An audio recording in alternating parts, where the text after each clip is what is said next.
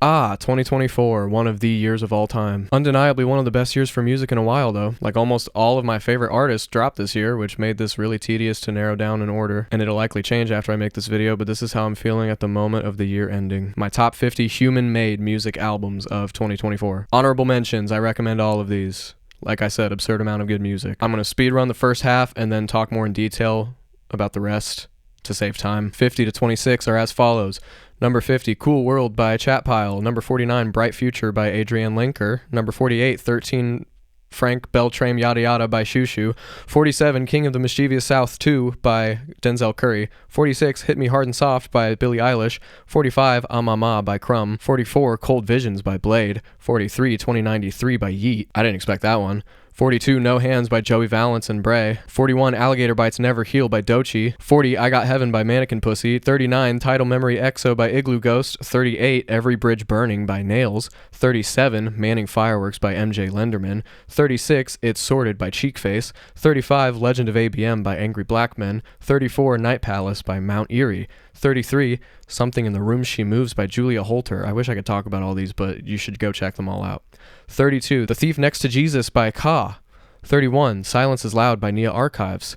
30, As Grande As by Grande Mahogany. 29, A Dream Is All We Know by The Lemon Twigs. 28, Diamond Jubilee by Cindy Lee. 27, Cascade by Floating Points. And 26, Hashtag Rich Ass Hadian with X's by Makhami. I did carefully consider each of those placements, and I would happily discuss any of those more in the comments. That would be my top 25 if it weren't for these other 25. The 25th best album of the year is In Waves by Jamie XX. They were my favorite performer at Pitchfork Festival this year, which turned out to be the last Pitchfork Festival, I guess, so I'm glad I went. This is a phenomenal, electrifying, uplifting, trippy dance album. I wish I was on more drugs at the show, but the music alone is intoxicating enough. 24th is We Don't Trust You by Future and Metro Boomin. This project has grown on me more and more throughout the year, and it has to be a classic in trap music. And I've never really been a Future fan like that. This is a banger masterclass. I can feel the state of mind of the artist like all good music, not to mention it igniting the rap beef of the decade as well. 23rd is Chromacopia by Tyler the Creator, a unique and boundary-pushing hip-hop album and everything that makes Tyler good. One of the best produced albums of the year. Even if I do consider some of these songs a bit weaker than others, it fits perfectly in his discography and definitely secures his spot as one of the best and most consistent and influential big artists of his generation. 22 is Wall of Eyes by The Smile. They bloody did it again. These damn boys are just so good at music, you can't stop them. First is Radiohead, now is The Smile. This album is wonderful. They've still got it for sure. It's Radiohead with less boundaries and more fluid psychedelia. 21 is Colin Stetson, The Love It Took to Leave You. The Sax Man is back, along with scoring the new Uzumaki Adult Swim show, which I stopped watching after episode 2 and the animation suddenly got a lot worse. He also dropped a solo album this year, and it's one of his best. Recorded in just a week, every sound on this, as per usual, is recorded just using a saxophone. This is a meditative, nightmarish, Kafka-esque kind of album. It honestly has a better Junji Ito vibe than said show adapting his work. 20 is No Title. As of 13 February 2024, 28,340 dead by Godspeed You, Black Emperor. This is an instrumental post-rock album by pioneers of that genre, and if you don't know what the title means, just look into it. Other than the context of this album's title, this was also released during a pretty devastating week for me personally, which made it hit harder. This is cathartic, and it's one of their best albums. Hard to listen to in a good way. 19 is No Name by Jack White. The other one's No Title, this one's No Name. Got it? Jack White continues to basically out Jack White himself, his iconic sound and brand. Boarding House Reach was like his experimental peak, and this is the flip side of that coin. This record sounds like it was recorded and produced many decades ago. It's timeless. It's minimal blues punk and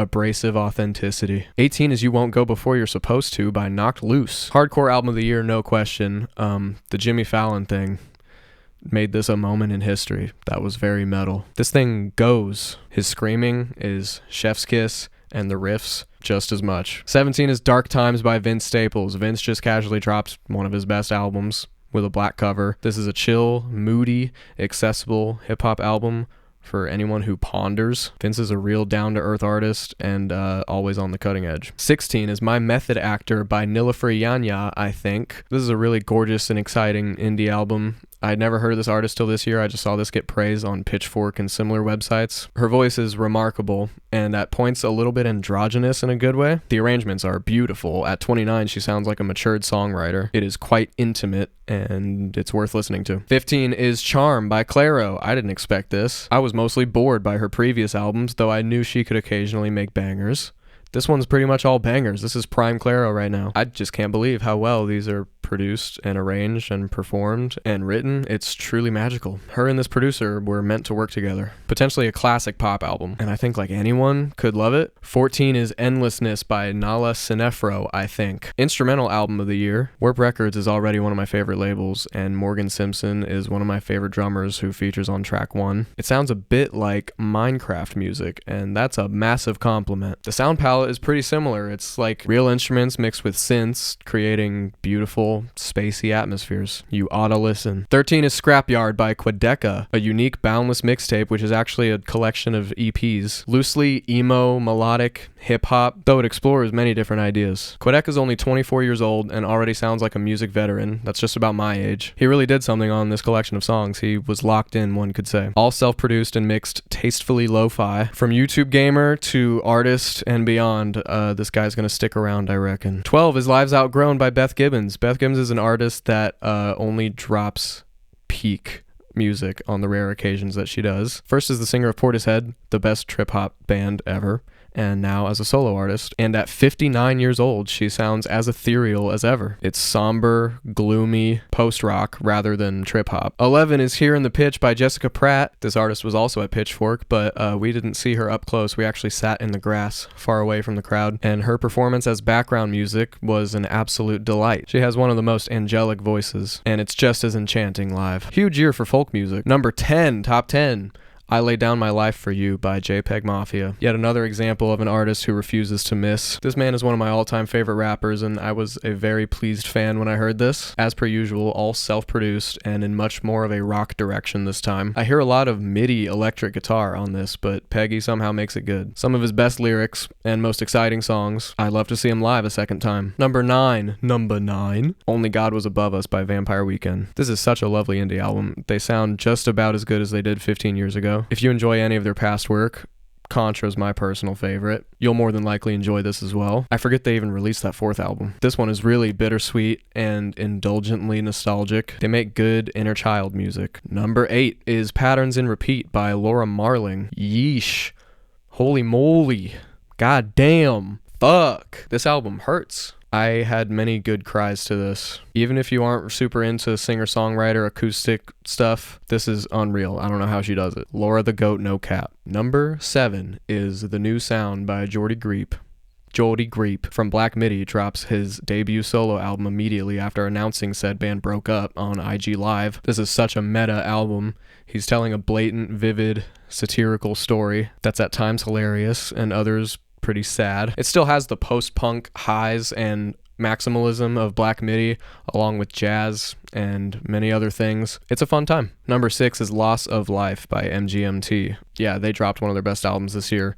This record means a lot to me. It's slower than Little Dark Age, but it's goth still. Some of their best songs ever are on here. I think they knocked it out of the park. The title of this album is pretty devastating, but it also spells out LOL, and I think that's intentional and sums up the mindset of the album. Mother Nature is one of the best songs I've ever heard about trying to convince a friend to trip with you. There are many psychedelic existential themes explored really wisely on here that show lived experience, but keep a sense of humor in the absurdism. It finds nihilism and deep meaning and the inability to articulate all of it. Number 5 is What Now by Brittany Howard, the last artist on this list whom I saw at Pitchfork. And this was one of my favorite albums of the year, undeniably. This is some potent and emotional, psychedelic soul and funk. Her voice is so powerful. I've listened to it a lot since it came out. Consider me a fan. Needless to say, she was flawless live as well. And breakup album of the year. 4th on my list is Prelude to Ecstasy by The Last Dinner Party. This is like Chapel Roan theatrical pop and the windmill post-punk UK scene coming together. It's as good as that sounds. Theater kid music in the best possible way, I think. Really well executed feminist themes. The lyrics are outstanding, and James Ford's production makes this sound clean. Number 3